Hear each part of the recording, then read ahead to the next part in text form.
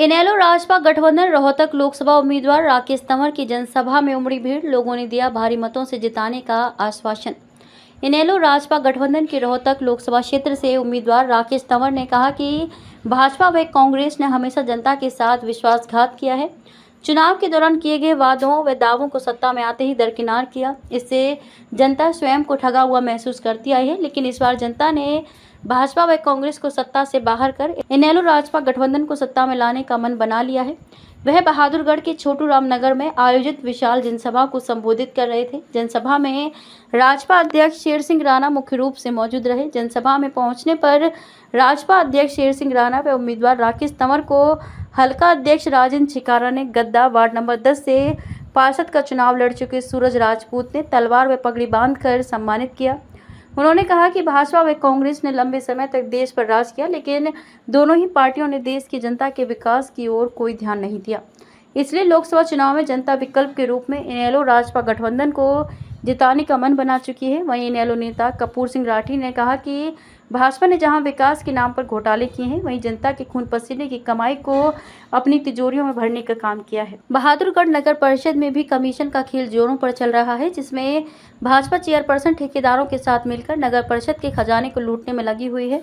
अमृत योजना, सफाई ठेका, स्ट्रीट लाइट आदि में भारी धांधली की जा रही है। लोगों को ना तो पीने का स्वच्छ पेयजल मिल रहा है, ना बिजली मिल रही है। सड़कें जर्जर अवस्था में हैं, जबकि भाजपा व कांग्रेस ठगबंधन केवल अपनी जेबें भरने में लगा हुआ है। इन चुनावों में जनता भाजपा व कांग्रेस को सबक सिखाने का काम करेगी। स्वर्गीय नफे सिंह राठी के पुत्र इनेलो पार्षद जितेंद्र राठी ने कहा कि भाजपा के नेता जो स्वर्गीय नफे सिंह राठी के हत्याकांड में नामजद हैं, वह सरेआम भाजपा जनसभाओं में मंचों पर देखे जाते हैं, लेकिन उनके खिलाफ कोई कार्रवाई नहीं की जा रही है, जिससे साफ जाहिर है कि इस हत्याकांड में भाजपा की मिलीभगत है।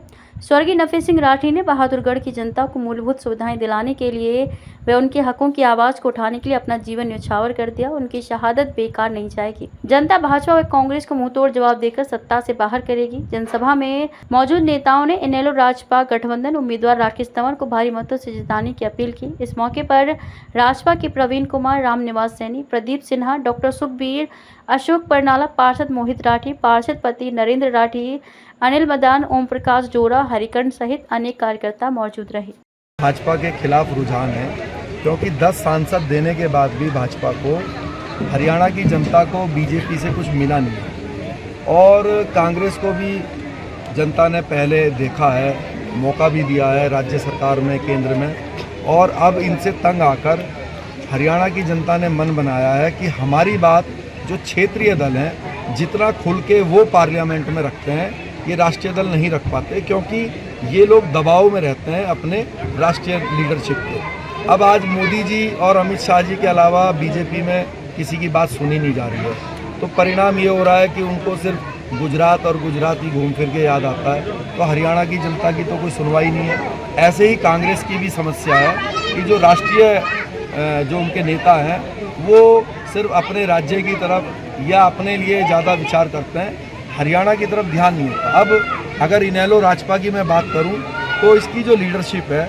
चाहे वो अभय सिंह जी चौटाला साहब हों, ओम प्रकाश चौटाला जी हों, तो या फिर हम लोग हों, तो हम तो यही हमारा कार्य क्षेत्र है। हमें तो इन्हीं के साथ जीना है, इन्हीं के साथ मरना है, इनके सुख दुख के साथी हैं, तो हमारी तो हर आवाज़ इनके लिए बुलंद होगी, जनता के लिए, हरियाणा की जनता के लिए बुलंद होगी। और जितना ठोस तरीके से अभय सिंह जी, राकेश सिंह तंवर जी बात को रख पाएंगे, दूसरे कांग्रेस या बीजेपी से चयनित जो सदस्य हैं वो ना पहले रख पाए ना भविष्य में रख पाएंगे। पिछले 20 साल से पहले तो हरियाणा में या देश और पूरे प्रदेश और देश में पंच से लेकर राष्ट्रपति तक कांग्रेस का रहा पिछले 10 साल, और अब हरियाणा प्रदेश और देश में पंच से लेकर राष्ट्रपति तक बीजेपी का रहा। कांग्रेस और बीजेपी का ये कार्यकाल लगातार 20 साल से रहा है, तो 20 साल से हरियाणा की जनता को नींबू की तरह इन्होंने निचोड़ दिया। आज हरियाणा प्रदेश भ्रष्टाचार में अव्वल है, क्राइम में अव्वल है, बेरोजगारी में अव्वल है, नशाखोरी में अव्वल है। नशा के भी ये कागार होगी। हरियाणा के युवा सुख के नशे के इतने आदी हो गए कि परचून की दुकानों पर भी सुख का नशा मिल रहा है, और ये हरियाणा सरकार के नुमाइंदे हैं। ये कंप्यूटर इस बात की कोई चिंता ही नहीं है। अगर हरियाणा का युवा नशे की लत में धधक रहा है, उसकी जवानी खराब हो रही है, बया जा रही है, तो इसलिए हमारा पहली कलम से हरियाणा प्रदेश को नशे से मुक्त कराएंगे। यहाँ की बेरोजगारी, भ्रष्टाचारी और क्राइम से इस प्रदेश को निजात दिलाएंगे। और जनता का कैसा समर्थन मिल रहा है? देखिए, जहाँ तक मैं देश की जनता को बताऊँ, बहादुरगढ़ की और हरियाणा की जनता की बताऊँ, तो जनता अपने आप को ठगा हुआ महसूस करती है। जिसको भी वोट देते हैं आज, चाहे कांग्रेस को वोट दो चाहे बीजेपी को वोट दो, वो दोनों एक ही थाड़ी के चट्टे में। मैं जहाँ आज खड़ा हूँ, ये मेरा वार्ड है बहादुरगढ़ के लोग यहाँ पे छुटराम नगर का हमारा एरिया। यहाँ पे कांग्रेस ने भी उतना ही दुराचार किया जितना कि आज भाजपा ने किया। और जहाँ तक आपको पता है कि पिछले दिनों जो हत्याकांड हुआ, उसमें सभी भाजपा के नेताओं का और कांग्रेस के नेताओं का नाम है। तो हमारा तो राजपा और इनेलो का जो गठबंधन है, ये एक विकल्प के तौर पर लोगों को हमने दिया है। और मैं मानता हूँ कि लोग भी हमें इसमें बढ़ चढ़कर वोट भी देंगे और